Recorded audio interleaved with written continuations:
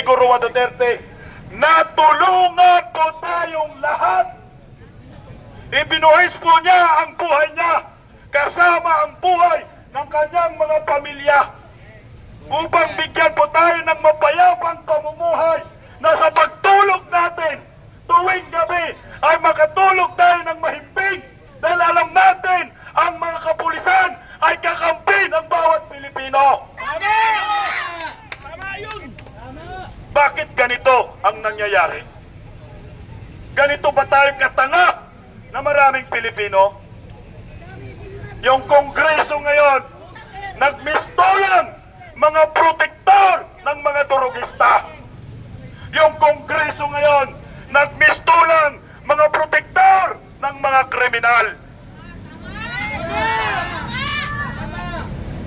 88 to 90% ng maraming Pilipino ay nagustuhan ang war on drugs ni former President Rodrigo Roa Duterte. Tama! Sino bang siraulo na ayaw sumuporta ng advokasya ni Tatay Digong?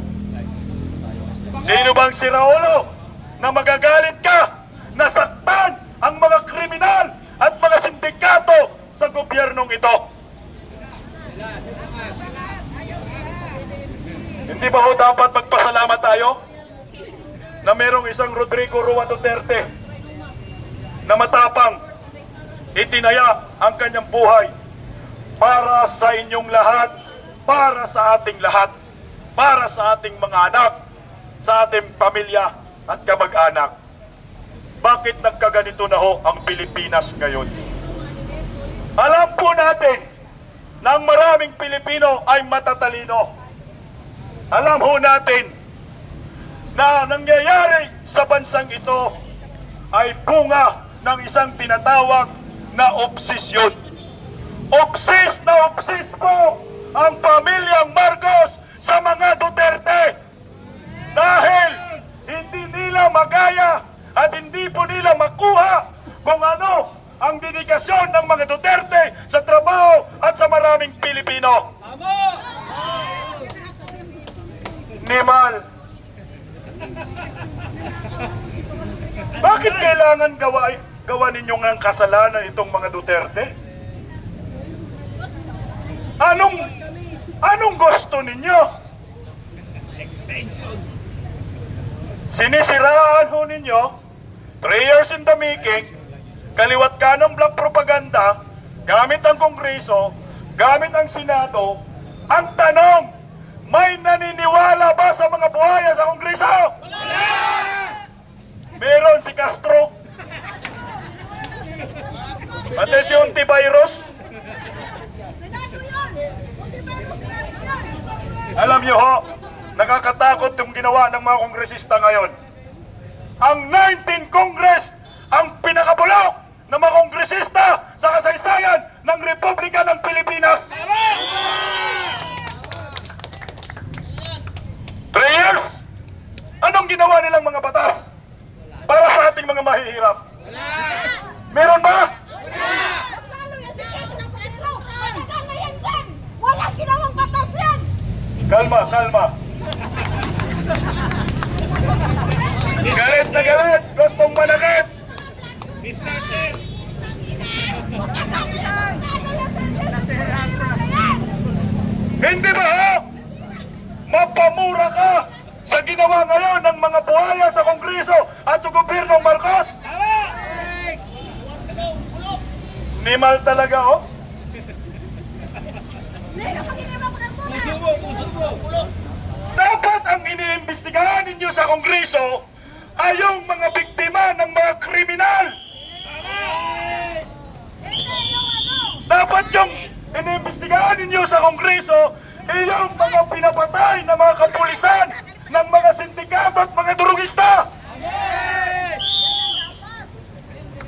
Bakit nyo inimbestigahan tuloy yung mga namatay na kriminal at durugista? Bayag ba tayo dito? Samahan nyo nga kami. Mag-marcha.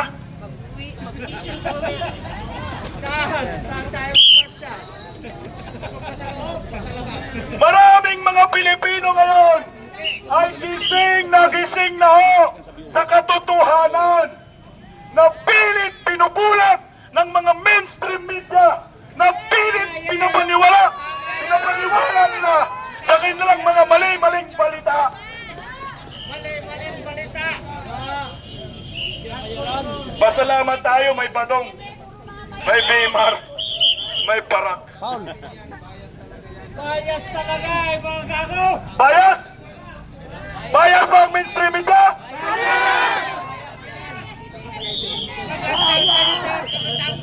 Kaya nga wala na sa kanilang nanonood eh. Kasi yung balita, napaka-bias. Isipin mo, ang gagaling nila gumawa ng kwento. Ang gagaling nila gumawa ng kwento. Nang dahil sa kanila, sikat na sikat yung piatos. Nang dahil sa kanila, sikat na sikat yung chichirya. Animal, wala tayong pakialam sa chichirya na yan eh. Sa piatos na yan. Dapat buy bawang na lang eh. Buingiwi. Pinipilit nila yung Mary Grace Piatos na walang katotohanan. Sinabi na ng Commission on Audit, hindi po yan, Mr. Chair, Mary Grace Piatos, kundi Mary Grace Piate. Yate, umulan na oh. Sabay-sabay tayo dito magingay at ipaglaban ang karapatan ng bawat Pilipino. Duterte! Duterte! Duterte! Duterte! Ang sunod na magsasalita si Bimar.